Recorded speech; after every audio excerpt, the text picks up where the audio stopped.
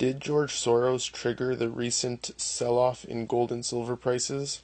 Well, according to this article that I just found on ElliottWave.com, George Soros did not trigger the recent sell-off in gold. In fact, the precious metal was following Elliott wave patterns.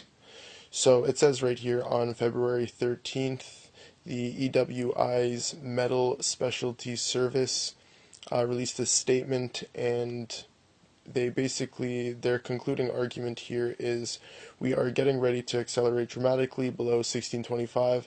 We should free fall if the real bearish count is in effect towards 1600 and lower.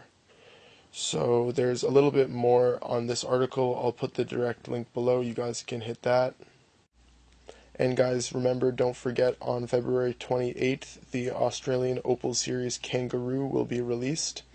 And what I'm showing right here is the first coin in the series, the Australian Opal Series Koala. And this coin is currently selling for consistently over $200. So right here we have a listing that was buy it now. It ended February 1st and it was $286 Canadian,